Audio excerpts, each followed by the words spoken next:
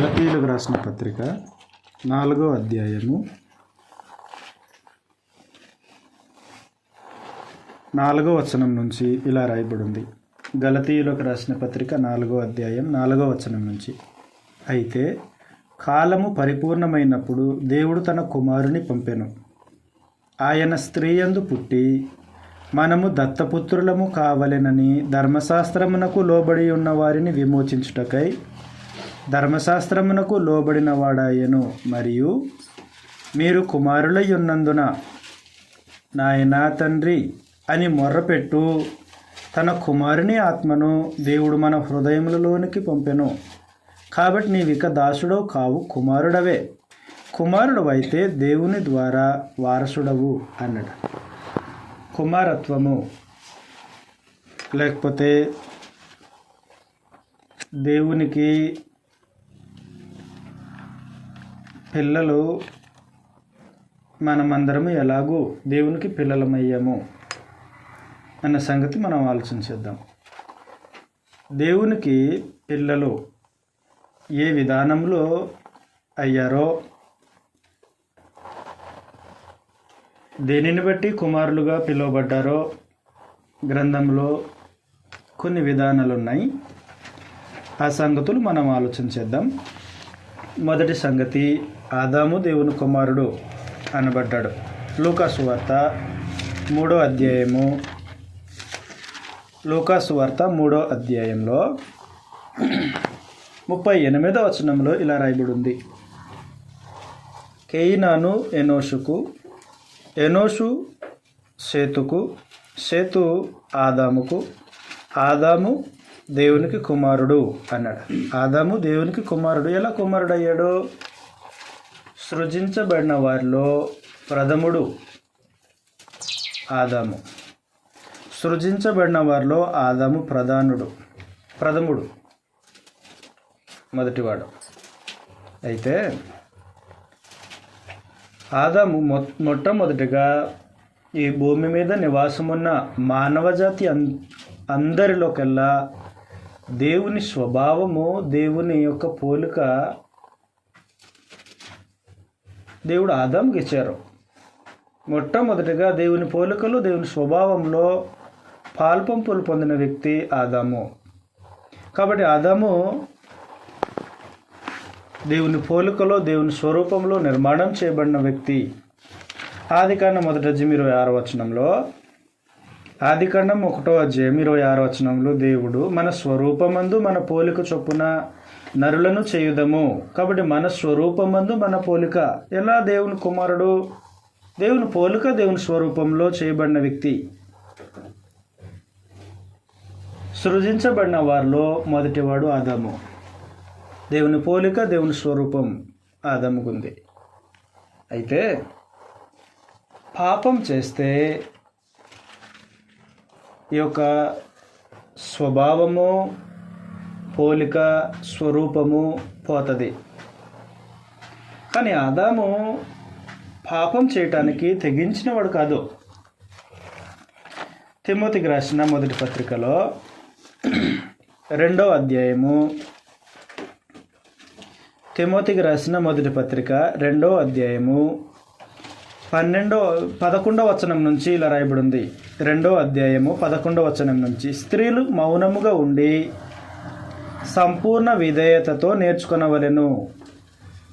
12వ వచనం, స్త్రీ మౌనముగా ఉండవలసినదే గాని ఉపదేశించుటకైనను పురుషుని మీద అధికారం చేయుటకైనను ఆమెకు సెలవీయను. మొదట ఆదామును తర్వాత హవ్వయును నిర్మింపబడిరి కారా? మరియు ఆదాము మోసపరచబడలేదు కానీ స్త్రీ మోసపరచబడి అపరాధంలో పడెను. కాబట్టి ఆదాము మోసపరచబడలేదు అన్నప్పుడు ఆదాము పాపం చేయటానికి అపవాది ప్రేరేపించాడు. పాపం చేసినవాడు కాదు ఆదాము. దేవుని కుమారుడు కాబట్టి పాపం చేసినవాడు కాదు. దేవుని పోలిక, దేవుని స్వరూపము ఆదాముకు ఉంది. కాబట్టి పాపం చేయటానికి వీలు లేకుండా సృజించబడ్డాడు. పాపం చేయలేదు ఆదాము. కానీ అపవాది చేత శోధించబడిన ఆదాము పాపం చేయలేదు, భార్య ద్వారా పాపం చేశాడు. ఆదాము తన భార్య మాట విని పాపం చేశాడు. కాబట్టి ఎప్పుడైతే పాపం చేశాడో స్వభావం మారిపోయింది. పోలిక దేవుని పోలిక కాదు, ఇప్పుడు అపవాది పోలిక వచ్చేసింది. స్వరూపము దేవుని స్వరూపం కాదు, ఇప్పుడు అపవాది స్వరూపం వచ్చేసింది. కుమారత్వం క్యాన్సిల్ చేయబడింది. ఎప్పుడైతే క్యాన్సిల్ చేయబడిందో దేవుడు శిక్ష విధించి తన యొక్క చోటు నుంచి ఏదైనా తోట నుంచి జీవ వృక్షం ఉన్న చోటు నుంచి ఆదాము హవ్వలు గింటివేయబడ్డారు. కుమారత్వము పోయింది. తరువాత దేవుడు ఎవరి గురించి నా కుమారుడు లేదా నా కుమారుడు అని ఎవరి గురించి అన్నారంటే అబ్రహాం సంతానం గురించి.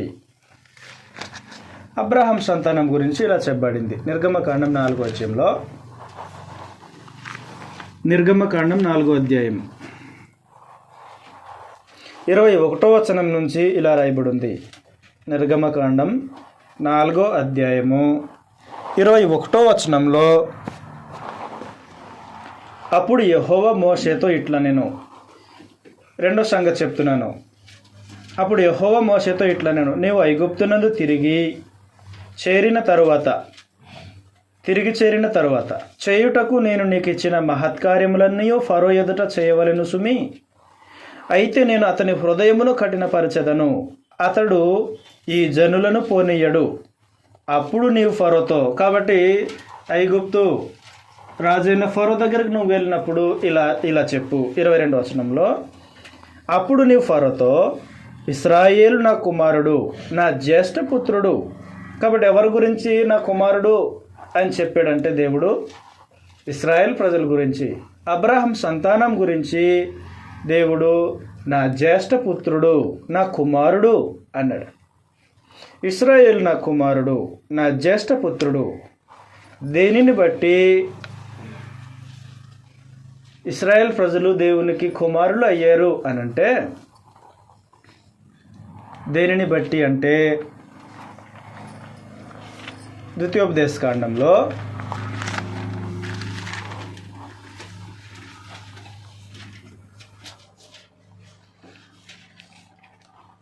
7వ అధ్యాయము, ద్వితీయోపదేశకాండము 7వ అధ్యాయం 7వ వచనం నుంచి 6వ వచనం చదువుతాం.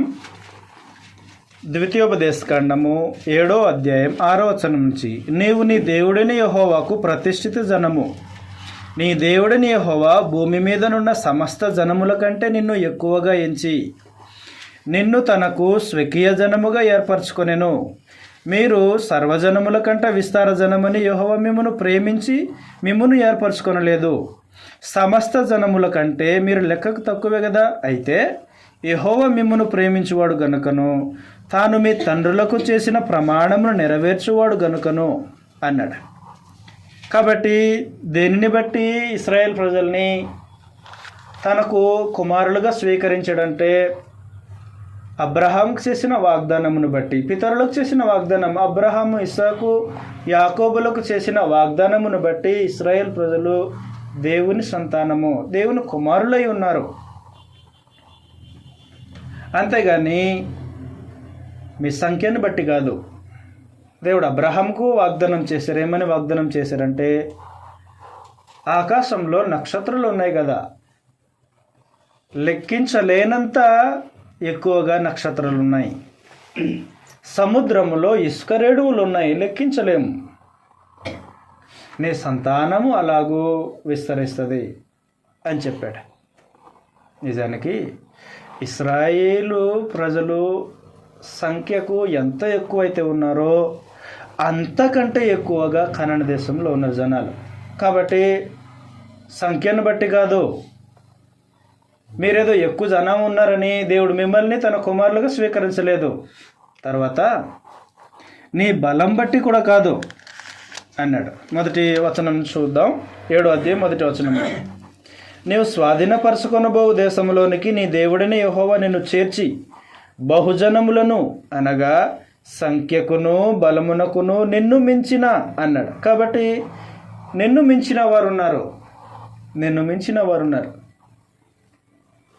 గొలియాతు ఉన్నాడు అనుకో, ఇశ్రాయేల్ ప్రజలందరికంటే బలిష్ఠుడు.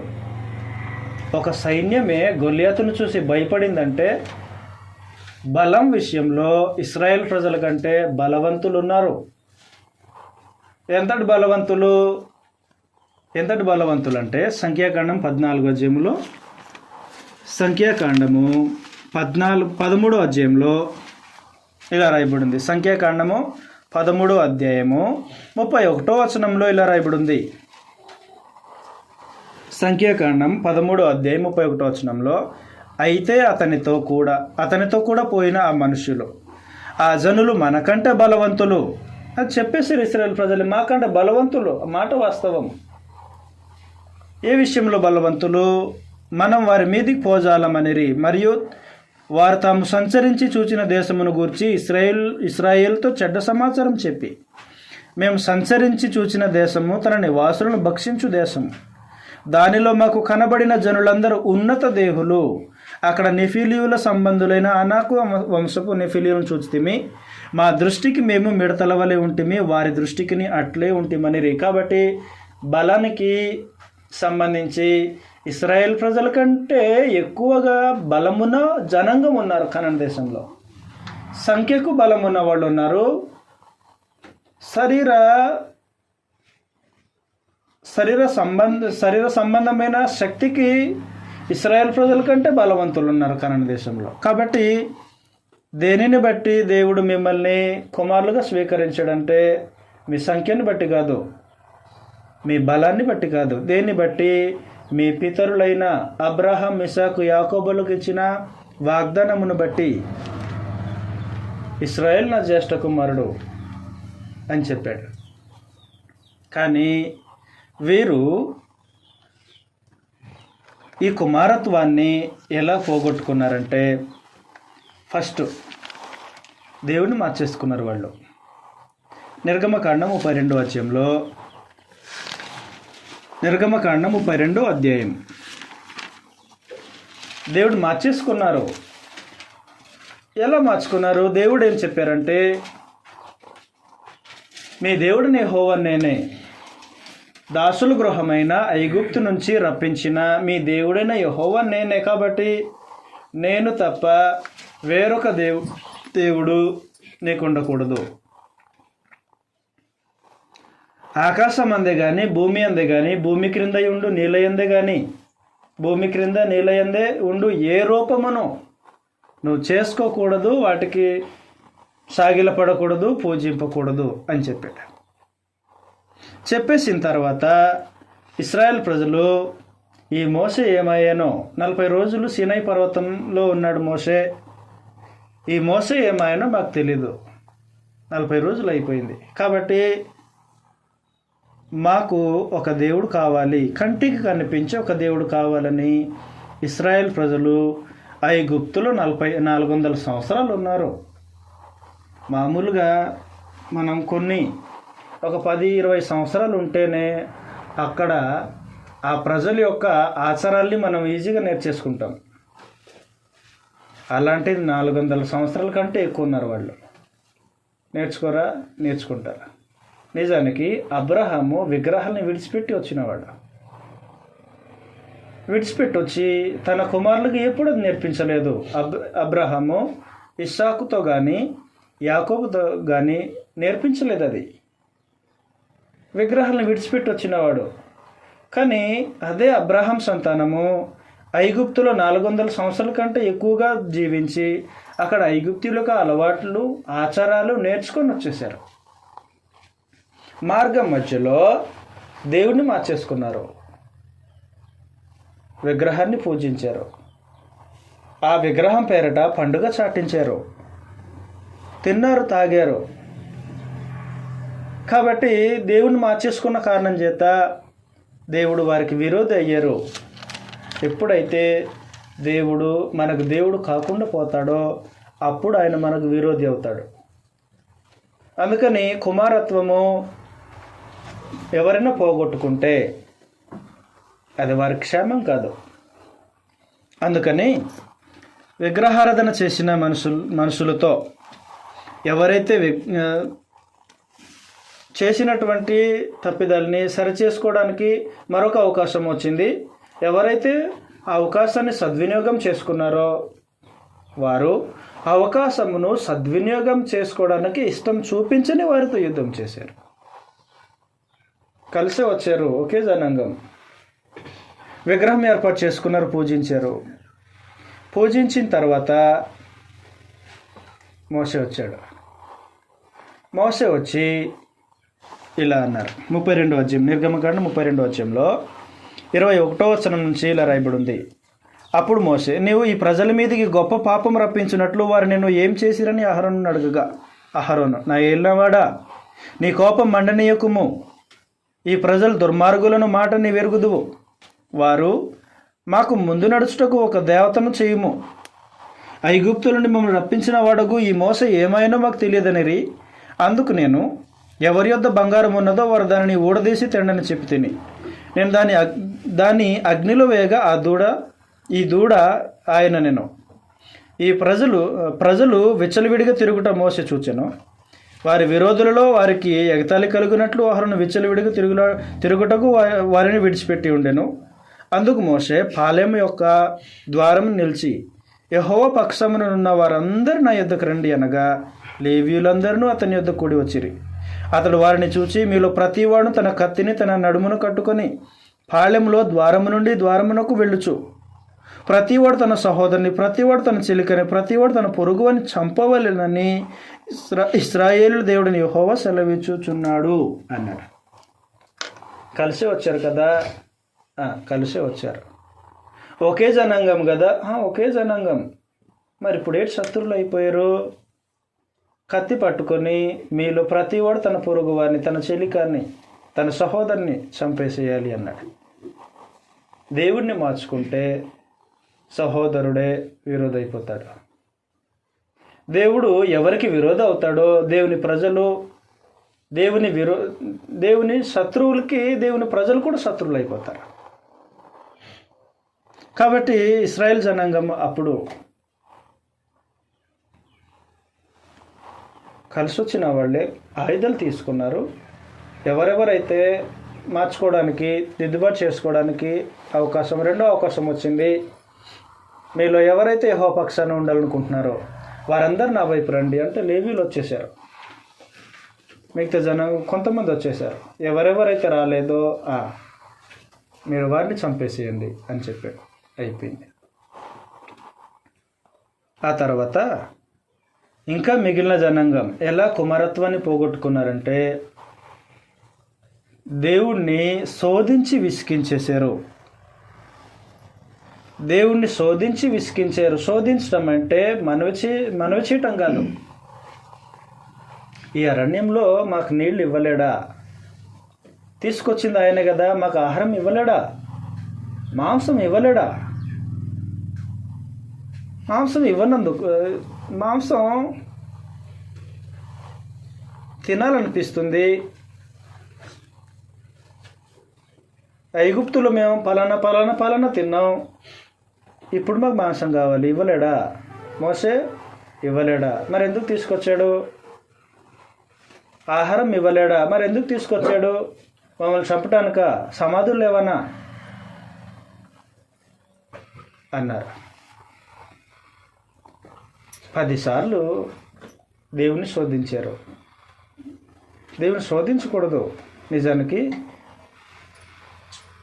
శోధకుడు అపవాది శోధకుడు. మత్తయి సువార్త 4వ అధ్యాయంలో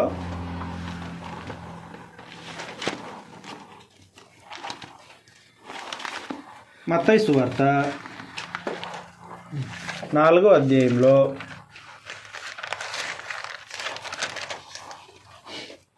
7వ వచనంలో ఇలా రాయబడింది. 6వ వచనం మనం 5 నుంచి చదువుతాం. అంతటా అపవాది పరిశుద్ధ పట్టణమునకు ఆయన తీసుకొని పోయి దేవాలయ శిఖరమున ఆయన నిలవబెట్టాను.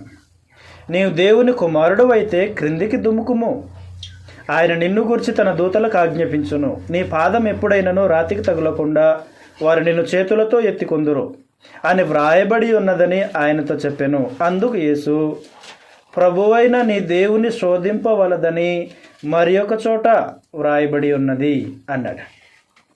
అపవాది శోధిస్తాడు. ప్రభు దగ్గరికి వెళ్ళి ఏం చెప్పాడంటే, నువ్వు ఇక్కడి నుంచి కిందకు దూకాయి, నీకేం కాకుండా దేవుడు తన దూతలకు ఆజ్ఞాపిస్తాడు. దూతలు వచ్చి నువ్వు రాతి మీద పడిపోకుండా దూతలు వచ్చి నిన్ను ఎత్తి పట్టుకుంటారు అన్నాడు.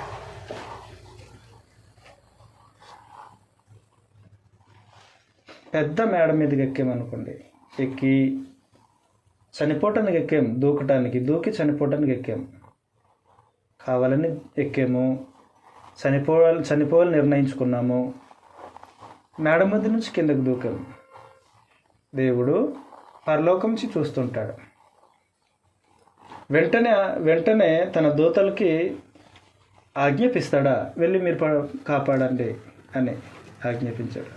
నువ్వు కావాలని దూకితే దేవుడు ఆపడు.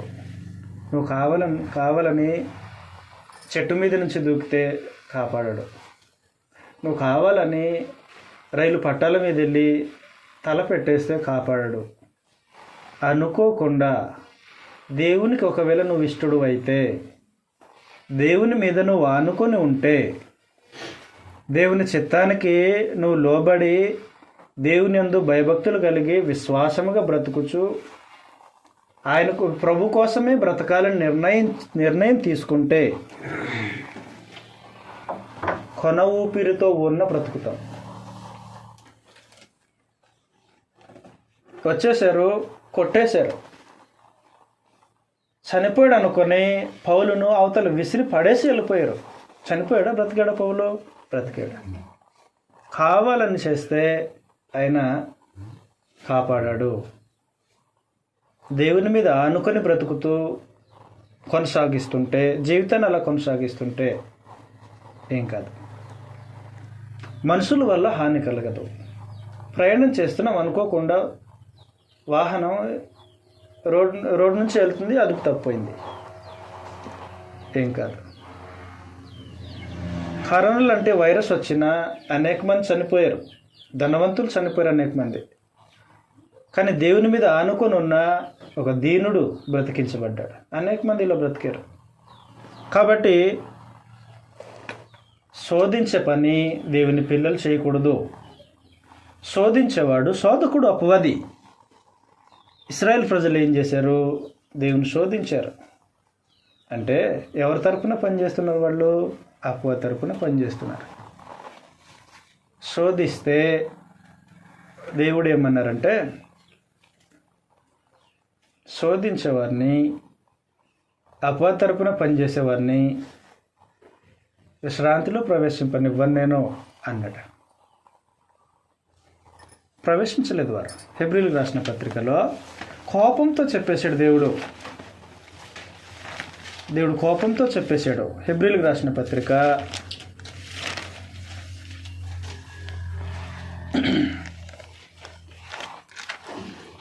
3వ అధ్యాయంలో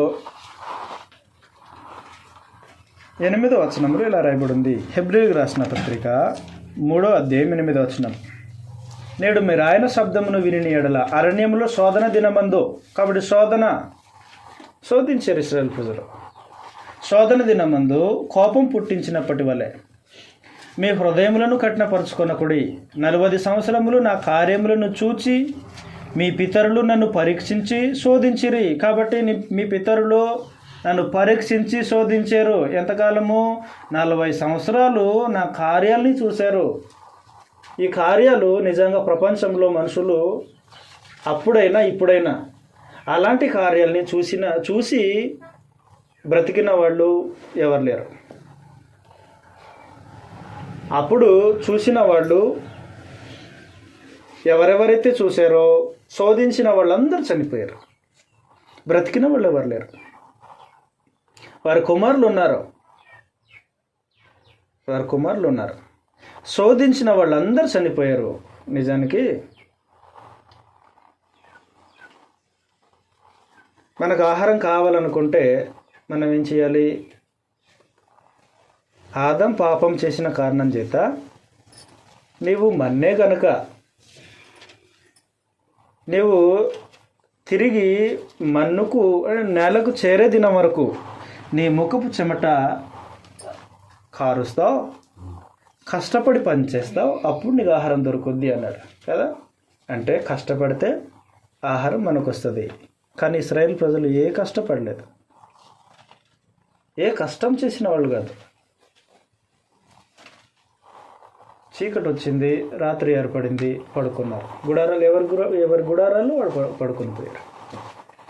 తెల్లవారేసరికి ఆహారం వరకు సమృద్ధి. తెల్లారింది, ఎక్కడికి వెళ్ళి సంపాదించాలి? ఎలాంటి చింత లేదు. నేడు ఆకాశ పక్షులు ఎలాగైతే ఉన్నాయో, మృగాలు జంతువులు ఎలాగైతే ఉన్నాయో, ఆహారం కోసం ఎలా చింతించకుండా బ్రతుకుతున్నాయో, ఆనాడు ఇశ్రాయేల్ ప్రజలు పడుకుంటారు, కళ్ళారా సుఖనిద్రపోతారు. ఏం తినాలి అనే చింత వారికి లేకుండా దేవుడు ఇశ్రాయేల్ ప్రజలందరికీ కొన్ని లక్షల మందికి సరిపడా ఆహారం సమృద్ధిగా ఇచ్చేవాడు. ఎవరు పోషించబడ్డారు? అలా ఎవరు పోషించబడలేదు. రెండో సంగతి, వారు ప్రయాణించడానికి కావాల్సిన వస్త్రం కావాలి. వస్త్రము ఎలాంటి బ్రాండ్ వస్త్రమైనా 40 సంవత్సరాలు ఉంటుందా? ఎంత బ్రాండ్ వస్త్రాలైనా ఉండదు, కొన్ని సంవత్సరాల వరకే పరిమితం. అది కూడా ఎప్పుడో ఒకసారి ధరించి చక్కగా అల్మారాలో లేదా బీరువాలో దాచిపెట్టుకొని, పెట్టెలో దాచిపెట్టుకుంటూ, ఉతుకుతూ శుభ్రంగా ఉంచుతూ ఉంటే బాగుంటుంది. మంచి బ్రాండ్ వస్త్రమైన కొన్ని సంవత్సరాల వరకు. అదే 40 సంవత్సరాలు అయితే రాదు, 40 సంవత్సరాలు రాదు. అదే వస్త్రం ధరించుకుంటూ అరణ్యంలో ప్రయాణం చేస్తున్నాం అనుకోండి, చిరిగిపోవచ్చు, ధూళి పట్టవచ్చు, మట్టి పట్టవచ్చు, అంటవచ్చు, దానివల్ల చిరిగిపోవచ్చు, పాడైపోవచ్చు.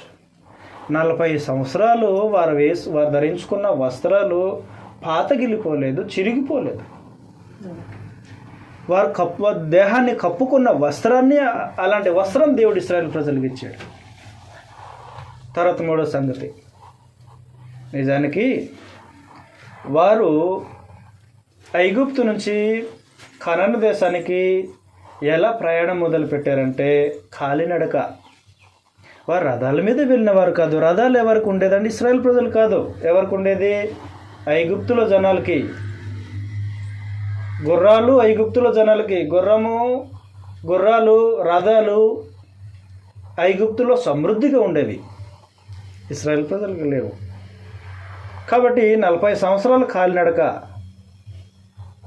మనం 24 గంటలు నడిచామనుకోండి, శరీరము అలసటనుంది, కాస్త విశ్రాంతి కావాలనిపిస్తుంది, అలసిపోద్ది శరీరం. ఇంకా నడుస్తూనే ఉంటే అందులో ముసలివారు ఉంటారు, చిన్నపిల్లలు ఉంటారు. అసలు ఎవరి కాలు వాసిపోలేదు, ఎవరికి ఎలాంటి రోగం రాకుండా 40 సంవత్సరాలు కాపాడాడంటే అది చూసిన ప్రజలు మర్చిపోయారు. 40 సంవత్సరాలు నా కార్యములను చూచి మీ పితరులు నన్ను శోధించారని. వీరు ఎలా పోగొట్టుకున్నారంటే దేవుని కార్యాలని చూసి కూడా తమ యొక్క కుమారత్వాన్ని కోల్పోయారు. అబ్రహాం సంతానం. ఆ తర్వాత దేవుడు ఎవరిని మీరు నా కుమారులు అని చెప్పాడంటే, ఐగుప్తు నుంచి బయలుదేరి వచ్చిన రెండవ తరంతో, మొదటి తరం 40 సంవత్సరాలు అరణ్యంలో శోధించిన వారందరూ చనిపోయారు. ఇప్పుడు రెండవ తరంతో ఇలా అంటున్నారు. ద్వితీయోపదేశకాండం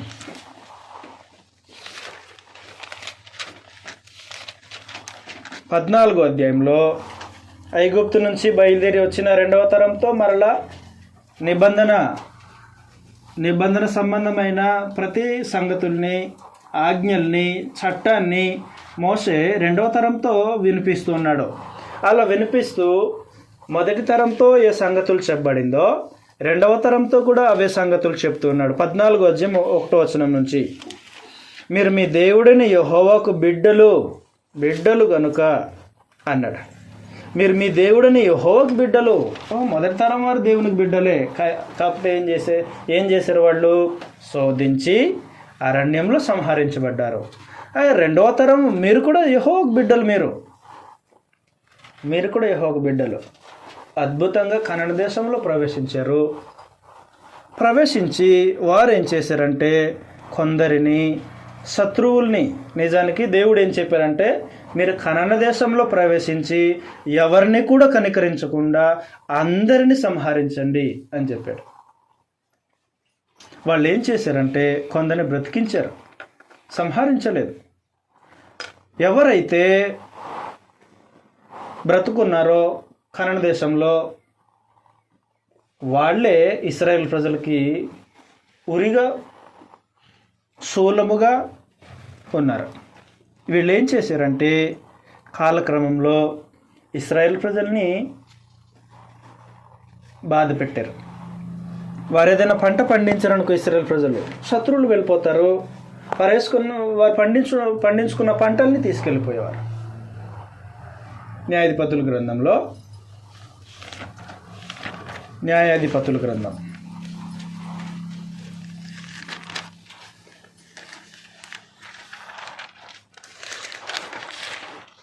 7వ అధ్యాయం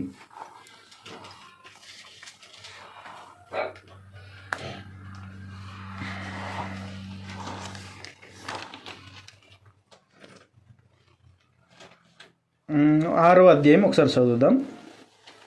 6వ అధ్యాయము 1వ వచనం. న్యాయాధిపతుల గ్రంథం 6వ అధ్యాయం 1వ వచనం. ఇశ్రాయేలీలు యెహోవా దృష్టికి దోషులైనందున యెహోవా 7 ఏండ్లు వారిని మిద్యానీయులకు అప్పగించాను. మిద్యానీయుల చెయ్యి ఇశ్రాయేలీయుల మీద హెచ్చాయను గనుక వారు మిద్యానీయులు ఎదుట నిలవలేక కొండలోనున్న వాగులను, గుహలను, దుర్గములను తమకు సిద్ధపరచుకునిరి. ఇశ్రాయేలీయులు విత్తనములు విత్తిన తరువాత మిద్యానీయులను, అమాలేకీయులను, తూర్పున నుండి వారును తమ పశువులను, గుడారములు తీసుకొని మిడతల దండంతా విస్తారముగా వారి మీదకి వచ్చి వారి ఎదుట దిగి గాజాకు పోవునంత దూరము భూమి పంటను పాడు చేసి ఒక గొర్రెను కానీ, ఎద్దును కానీ, గాడిదను కానీ జీవన సాధనమైన మరి దేనిని ఇశ్రాయేలుకు ఉండనీయలేదు. కాబట్టి పండించిన పంటల్ని వారు పాడు చేసేవారు, పట్టుకెళ్ళిపోయేవారు.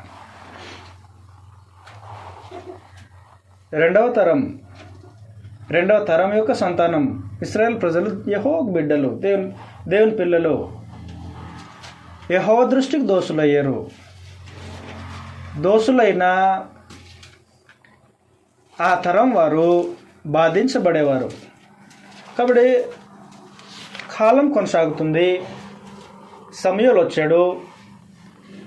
సమూయేలు వచ్చిన తర్వాత మాకు రాజు కావాలన్నారు ప్రజలు. వారు కోరుకున్నట్టుగానే భౌతిక సంబంధమైన భూరాజుని దేవుడు వారికి అనుగ్రహించాడు. ఆ రాజుల కాలం కొనసాగుతున్నప్పుడు దేవుడు సొలొమోను ద్వారా ఒక మందిరాన్ని కట్టించాడు. మందిరం కట్టించిన తర్వాత మందిరంలో ఆరాధన కార్యక్రమాలు జరుగుతుంది, బలులు, నైవేద్యాలు జరుగుతుంది. అయితే సొలొమోను పాపం చేసి ఇశ్రాయేల్ రాజ్యం, అప్పుడు ఒకే రాజ్యం, పాపం చేసినందువలన సొలొమోను యొక్క పాపమును బట్టి రాజ్యం 2 భాగాలు అయిపోయింది. 2 భాగాలు అయితే యూదా రాజ్యము భక్తిలో కొనసాగేది, ఇశ్రాయేల్ రాజ్యము భక్తిహీనతలో కొనసాగేది. అయితే ముగింపుకు వచ్చేసరికి యూదా రాజ్యం ముగింపుకు వచ్చేసరికి వాళ్ళు కూడా భ్రష్టులైపోయారు. ఎలా భ్రష్టులైపోయారంటే దినవృత్తాంతంలో 2వ గ్రంథం చివరి అధ్యాయంలో 36వ అధ్యాయం. దినవృత్తాంతంలో 2వ గ్రంథం 36వ అధ్యాయము 9వ వచనం నుంచి ఇలా రాయబడింది. దినవృత్తాంతంలో 2వ గ్రంథం 36వ అధ్యాయము 9వ వచనం నుంచి, యెహోయాకీను ఏలన ఆరంభించినప్పుడు 8 ఏండ్ల వాడే యెరూషలేములో 3 నెలల 10 దినములు ఏలెను. అతడు యెహోవా దృష్టికి చెడు నడచెను. ఏడాది నాటికి రాజు నెబుకద్నెజరు దూతలను పంపి యెహోయాకీనును బబులోనుకు రప్పించి అతని సహోదరుడైన సిద్కియాను యూదా మీదను యెరూషలేము మీదను రాజుగా నియమించెను. మరియు అతడు రాజు వెంట యెహోవా మందిరంలోని ప్రశస్తమైన ఉపకరణములను తెప్పించెను. సిద్కియా ఏలన ఆరంభించినప్పుడు 21 ఏండ్ల వాడు యెరూషలేములో 11 సంవత్సరములు ఏలెను. అతడు తన దేవుడని యెహోవా దృష్టికి చెడు నడచెను. ఆయన నియమించిన ప్రవక్త అయిన ఇర్మియా మాట వినకయు తన్ను తాను తగ్గించుకొనకయు ఉండెను. తర్వాత 13వ వచనం, మరియు దేవుని నామమును బట్టి తన చేత ప్రమాణం చేయించిన నెబుకద్నెజరు రాజు మీద అతడు తిరుగుబాటు చేశాను. అతడు మొండితనం వహించి ఇశ్రాయేలు దేవుడిని యెహోవా వైపు తిరగక తన మనస్సును కఠినపరుచుకొనెను. అదియుగాక యాజకులలోను జనులలోను అధిపతులకు వారు అన్యజనులు పూజించు హేయమైన విగ్రహములను పెట్టుకొని బహుగా ద్రోహులై యెహోవా యెరూషలేములో పరిశుద్ధపరిచిన మందిరమును అపవిత్రపరిచిరి. వారి పితరుల దేవుడని యెహోవా తన జనుల యందును తన నివాస స్థలమందును కటాక్షం గలవాడై వారి యొద్దకు తన దూతల ద్వారా వర్తమానం పంపుచూ వచ్చెను. ఆయన పెందలకడ లేచి పంపుచూ వచ్చినను వారు దేవుని దూతలను ఎగతాళి చేయుచు, అంటే ప్రవక్తలను ఎగతాళి చేస్తూ ఆయన వాక్యములను తృణీకరించుచు ఆయన ప్రవక్తలను హింసించుచు రాగా నివారింప సఖ్యం కాకుండా యెహోవా కోపం ఆయన జనుల మీదకి వచ్చాను. నివారింప సఖ్యం కాకుండా అంటే యోబు లాంటి సహనం కలిగిన వ్యక్తి, సమూయేలు వంటి సహనం కలిగిన వ్యక్తి, దానియేలు వంటి సహనం కలిగిన వ్యక్తులు ప్రార్థన చేసిన నివారింప సఖ్యం కాని కోపం దేవునికి వచ్చేసింది. కాబట్టి వీరిని బాధించడానికి, చెరలో ఉంచడానికి దుమ్ము పట్టేసింది, హృదయంలో మురికి అంటుకుంది. మురికిని పోగొట్టడానికి దేవుడు ఇశ్రాయేల్ జనాంగాన్ని, యూదా జనాంగాన్ని బబులోను రాజైన నెబుకద్నెజరు చేతికి ఇచ్చేసాడు. ఇప్పుడు ఆ మురికిని పోగొట్టాలి, అక్కడ పంపించేశాడు. కాబట్టి వీరు తమ యొక్క నివాస స్థలమైన యెరూషలేమును విడిచిపెట్టవలసి వచ్చింది. శిక్షకు గురి కావాల్సి వచ్చింది. కుమారత్వము అలాగిపోయింది వారికి. నేడు ఎవరైనా దేవునికి కుమారులు అవ్వాలి అంటే ఇంకా వేరే మార్గం లేదు. అబ్రహాం యొక్క గర్భం నుంచి పుట్టాల్సిన పని లేదు. అబ్రహాం సంతానం నేటికి భూమి మీద ఉన్నారు. అబ్రహాం గర్భంలో నుంచి రానక్కర్లేదు. గ్రంథము లేకపోతే దేవుడు మన కొరకు అద్భుతంగా ఒక సంకల్పాన్ని ఏర్పాటు చేశాడు. ఎలాగూ అనంటే యోహాను సువార్త 1:12 యోహాను సువార్త 1:12 ఇలా రాయబడి ఉంది,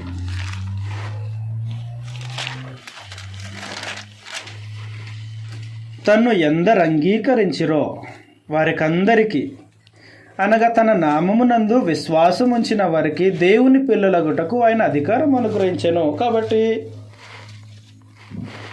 నువ్వు అబ్రహాం సంతానమై ఉండక్కర్లేదు, లేకపోతే కననీయుల కంటే బలవంతుడు కానక్కర్లేదు, కనాను దేశంలో ఉన్న జనం కంటే విస్తారమైన జనం కానక్కర్లేదు. ఏం చేయాలి?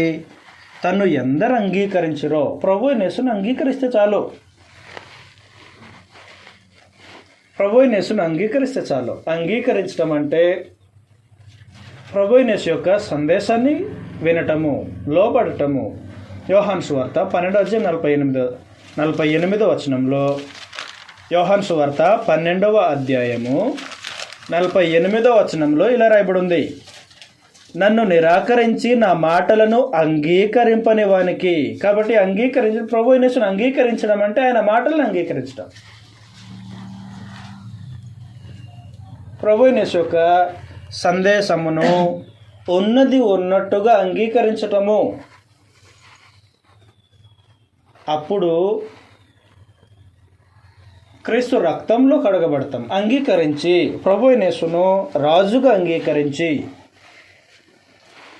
ఆ రాజు మన కొరకు ఏర్పాటు చేసిన రక్తంలో మనం ఎప్పుడైతే కడగబడతామో అలా కడగబడిన వారిని దేవుడు యేసుప్రభు రక్తం ద్వారా, యేసుప్రభు ద్వారా ఎవరెవరైతే యేసుప్రభుని అంగీకరించి ఆయన రక్తంలో కడగబడతారో వారిని అందరినీ తనకు కుమారులుగా స్వీకరించాలని దేవుడు జగత్ పునాది వేయబడక మునుపే సంకల్పించారు. ఎఫెస్ పత్రిక 1వ అధ్యాయంలో, ఎఫెసీలకు రాసిన పత్రిక 1వ అధ్యాయము 4వ వచనం నుంచి ఇలా రాయబడింది. ఎట్లనగా తన ప్రియుని యందు తాను ఉచితముగా మనకు అనుగ్రహించిన తన కృపామహిమకు కీర్తి కలుగునట్లు తన చిత్త ప్రకారమైన దయాసంకల్పం చొప్పున యేసుక్రీస్తు ద్వారా తనకు కుమారులనుగా స్వీకరించుటకై. కాబట్టి యేసుక్రీస్తు ద్వారా తనకు కుమారులు. ఎవరికి కుమారులు? దేవునికి కుమారులు. యేసుక్రీస్తుకు కాదు, యేసుక్రీస్తుకు కుమారులు కాదు, దేవుని కుమారులు. ఎవరి ద్వారా? యేసుక్రీస్తు ద్వారా దేవుని కుమారులు. యేసుక్రీస్తుకు కాదు, యేసుక్రీస్తు బిడ్డలం కాదు, దేవుని బిడ్డలం, మనం దేవుని పిల్లలు.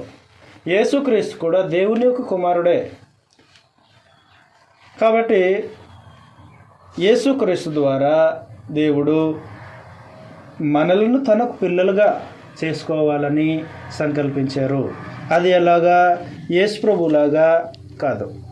ఎలాగా? మనం చదువుకున్నాం కదా, దత్తపుత్రులుగా.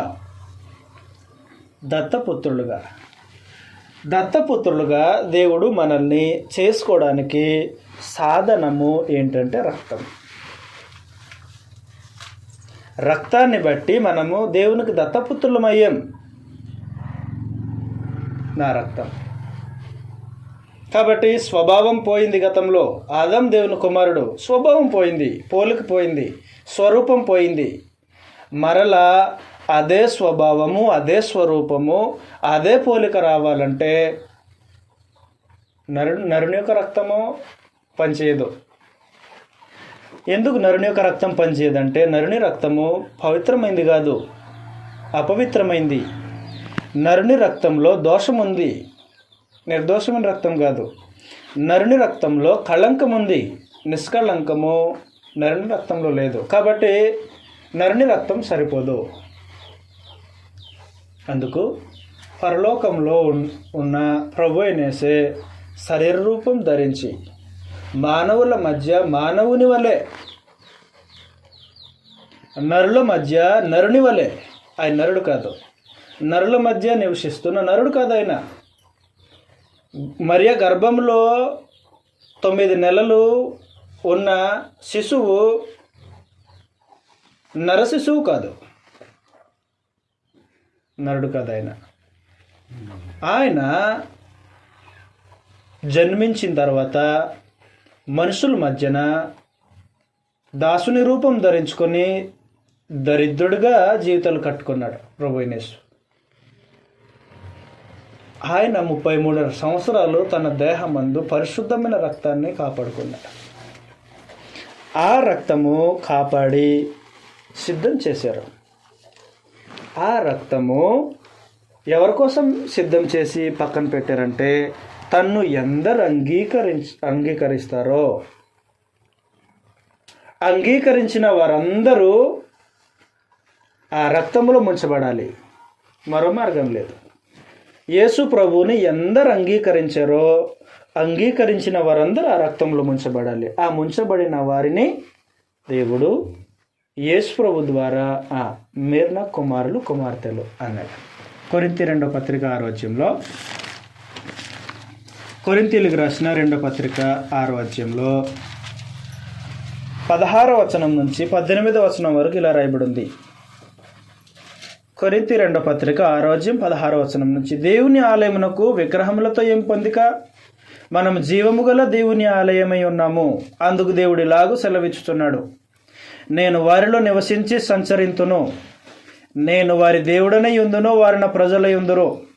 కావున మీరు వారి మధ్య నుండి బయలువెడలి ప్రత్యేకముగా ఉండుడి. అపవిత్రమైన దానిని ముట్టకూడని ప్రభు చెప్పుచున్నాడు. మరియు నేను మిమ్మును చేర్చుకొందును, మీకు తండ్రినై ఉందును, మీరు నాకు కుమారులను కుమార్తెలునై యుందురని సర్వశక్తి గల ప్రభు చెప్పుచున్నాడు. ఇప్పుడు అది రక్తంలో ముంచబడిన తర్వాత యేసుక్రీస్తు ద్వారా మీరు నా కుమారులు, మనం కుమారులం అయితే వారసులం అన్నాడు. మనం కుమారులం అయితే వారసులం. గలతీ పత్రిక 4:7 కాబట్టి నీవిక దాసుడవు కావు, నీవు దాసుడవు కావు, కుమారుడవే అనేసాడు. ఎలా? దేన్ని బట్టి నేను కుమారుడిని? రక్తంలో ముంచబడిన కారణం చేత నువ్వు కుమారుడవు. నీవిక దాసుడవు కాక కుమారుడవే. కుమారుడవు అయితే దేవుని ద్వారా వారసుడవు. దేవుని ద్వారా వారసుడవు. దేవుని వారసులు. ఈ దేవుని వారసులు ఆదాములాగా స్వభావాన్ని, స్వరూపాన్ని, పోలికను కోల్పోయే మనుషులు కాదు. అబ్రహాం సంతానము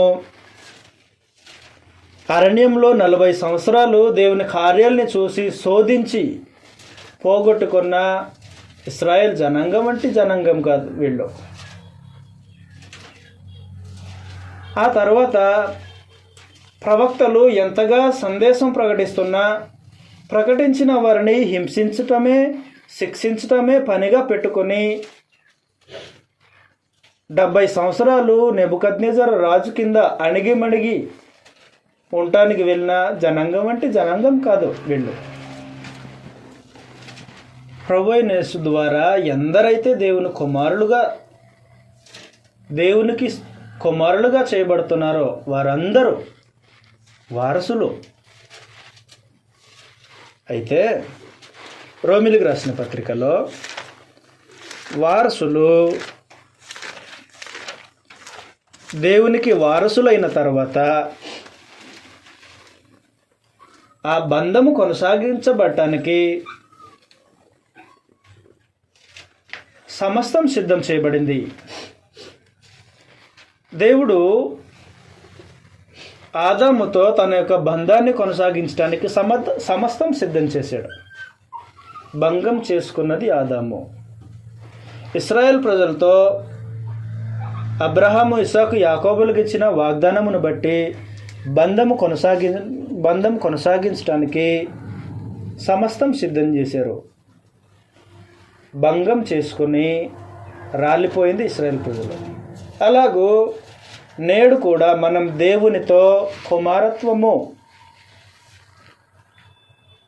అనే ఈ బంధము కొనసాగించడానికి సమస్తం సిద్ధం చేయబడింది. రోమిలికి రాసిన పత్రిక 8వ 14 ఇలా రాయబడి ఉంది. 8వ దేవుని ఆత్మచేత ఎందరు నడిపింపబడుదురో వారందరూ దేవుని కుమారులు ఎందరు. కాబట్టి సమస్తం సిద్ధం చేయబడింది అన్నప్పుడు ఏం సిద్ధం చేయబడింది? బాప్తీసం పొందిన నీకు పరిశుద్ధాత్మ అనుగ్రహించబడతారు. దేవుడు సిద్ధం చేశారు. పరిశుద్ధాత్మను ఎందుకు అనుగ్రహించారంటే పరిశుద్ధాత్మ మనలో వచ్చిన తర్వాత నువ్వు దేవుని కుమారుడివి, నువ్వు దేవుని కుమార్తెవి, మనం దత్తపుత్రులము అని మనమందరము చెప్పుకునేటట్టుగా పరిశుద్ధాత్మ మనల్ని ఒప్పిస్తుంటారు, గుర్తు చేస్తుంటారు మనం దేవుని సంతానం అని, మనం దేవుని పిల్లలు అని పరిశుద్ధాత్మ మన ఆత్మతో చెప్తుంటారు. కాబట్టి ఎందరూ 14 దేవుని ఆత్మచేత ఎందరు నడిపింపబడుదురో, పరిశుద్ధాత్మ చేత ఎందరు నడిపింపబడుదురో వారందరూ దేవుని కుమారులై ఉందరు అన్నాడు. తర్వాత 17 మనం పిల్లలమైతే వారసులం. ఇందాక చెప్పాడు కదా, కాబట్టి నీవు దాసుడవు కాక కుమారుడవే. కుమారుడవైతే దేవుని ద్వారా వారసుడవు అన్నాడు. మనం పిల్లలమైతే వారసులం అనగా దేవుని వారసులం. క్రీస్తుతో కూడా మహిమ పొందుటకు ఆయనతో శ్రమపడిన ఎడల క్రీస్తుతోడి వారసులం. కాబట్టి ఏమి ఏర్పాటు చేశాడంటే నీతో కుమారత్వం అనే బంధం కొనసాగాలంటే క్రీస్తు ఎలా శ్రమ పడ్డాడో నువ్వు కూడా శ్రమపడు, అప్పుడు బంధము కట్ చేయబడకుండా కొనసాగుతుంది అనేసాడు. అందుకని ప్రభువైన యేసుక్రీస్తునందు ఎవరెవరైతే విశ్వాసం ఉంచారో, విశ్వాసం ఉంచిన వారందరూ క్రీస్తు రక్తం చేత కడగబడిన వారైతే, అలా కడగబడిన వారందరూ కుమారులు కుమార్తెలు, అంటే వారసులు. ఈ వారసత్వాన్ని, కుమారత్వాన్ని మనం కాపాడుకోవాలి అంటే ప్రభువైన యేసు ఎలా శ్రమ పడ్డాడో మనం కూడా యేసు ప్రభుతో మహిమ అనుభవించాలి అంటే క్రీస్తుతో పాటు ప్రభువైన యేసు ఎలా శ్రమ అనుభవించడం మనం కూడా శ్రమ అనుభవించాలి. అప్పుడు కుమారత్వము లేకపోతే వారసత్వపు విధానము కట్ చేయబడకుండా కొనసాగించబడుతుంది. మరి కట్ చేసుకోవాలా ఇశ్రాయేల్ ప్రజల్లాగా, కొనసాగించుకోవాలా ప్రభువైన యేసులాగా మనమే నిర్ణయించుకొని ముందు కొనసాగాలి. కాబట్టి ఈ సంగతి దయతో దేవునితో శత్రుత్వం వద్దు. మనం వారసులం కాబట్టి ప్రభువైన యేసుతో పాటు మహిమ అనుభవించడానికి దేవుని వారసులుగా మనం ఎలాంటి శ్రమ ఎదురైనా దాన్ని ఎదుర్కోవడానికే సిద్ధపడాలి తప్ప వెనక్కి వెళ్ళిపోవటానికి ఆలోచన చేయకూడదని మిమ్మల్ని అందరినీ ప్రేమతో మనం చేస్తూ నన్ను హెచ్చరించుకుంటూ శ్రద్ధగా విన్న మీ అందరికీ ప్రభునామములు వందనాలు తెలియజేస్తున్నాను. అందరికీ వందనాలు.